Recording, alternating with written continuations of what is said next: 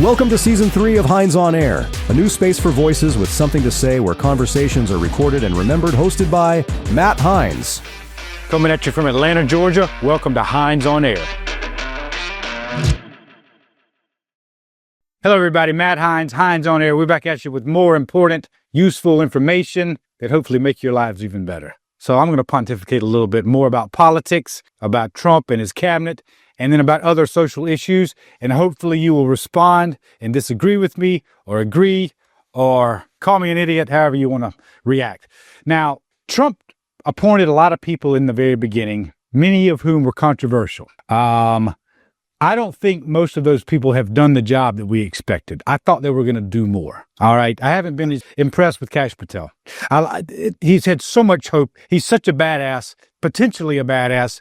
But to me, he's been more of a tame dog, just doing what he's told. And I don't see that vigor that I did before he was actually appointed as director of the FBI.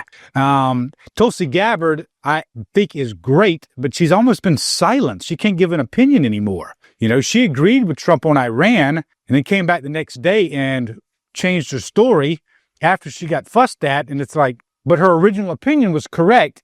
And that was actually why we loved her, was because of that brutal honesty of what should be done or not be done.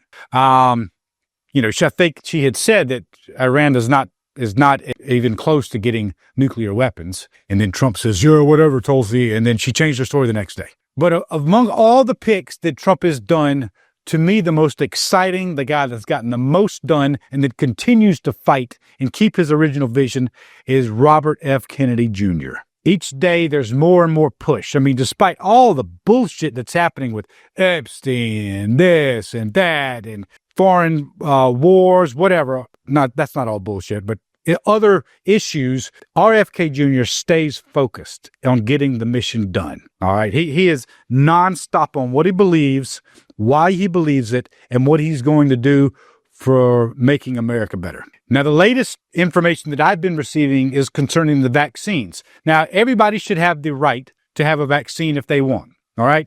That's your choice. The only thing that RFK Jr. pushes and that I agree with is that you should have correct information before you decide to vaccinate. Because most doctors, even the doctors that I see, are good people. They're not evil. They're good people, will say you should get your vaccines. And they're just repeating medical literature. They're not like, they don't question it. That's just what everybody has always heard and what they've always agreed to. It's what my parents heard and agreed to.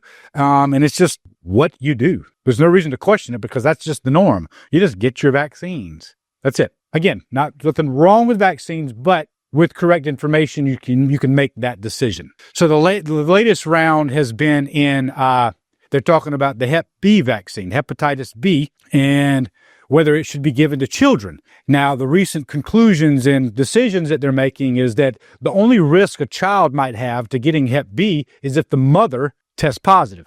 If the mother doesn't have Hep B, then the child's not going to get it, so there's no reason to stick them. But we've done it. That's what we've been doing. That kind of logic is obvious. It's like, duh. Why do you need it if the mother doesn't have it, but you just continue to do it? So RFK Jr. is changing this policy. Now, one of the vaccines that has been heavily debated for many years now was the COVID vaccine and the boosters in that. Again, if you want it, take it.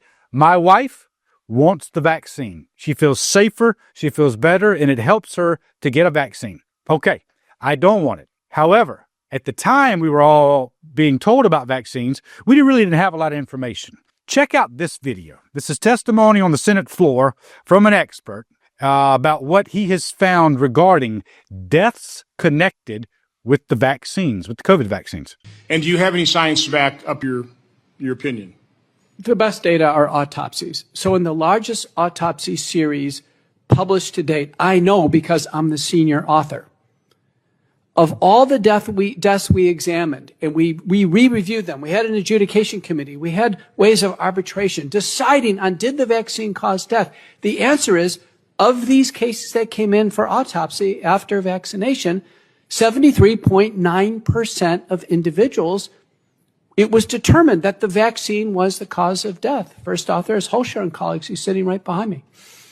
Now, that's an outrageous figure. 74% of the deaths that he autopsied were caused by the vaccine.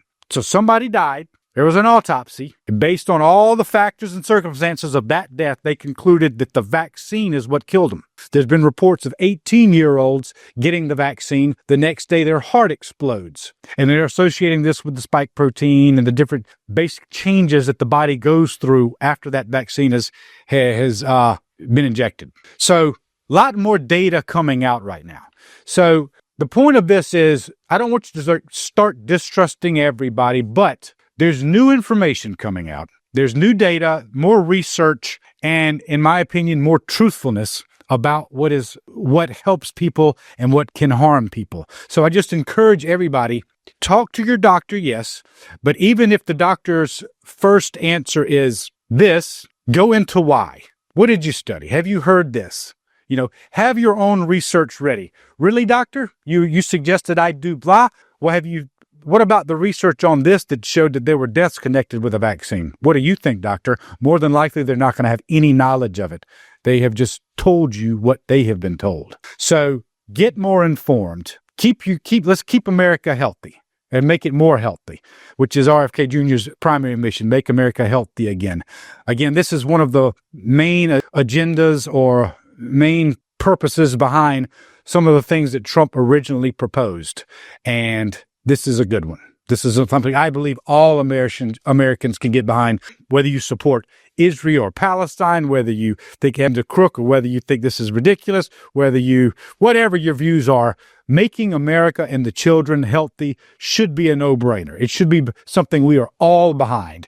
Most of the practices that we're doing in America are not done in any other country. Many of the vaccines that we inject in our children are not used in any other country. They were outlawed. Many of the food products that we put in our foods are not allowed in any other country. They've been outlawed. That's insane. Why would that happen? Well, it's possible because the companies doing it are making lots of money when they do it. Maybe. So let's get educated. Let's continue this push to make this country better and more healthy. This is Matt Hines, Hines On Air. Disagree with me? Comment, agree, add to the conversation. All right? And we'll see you on the next Hines On Air.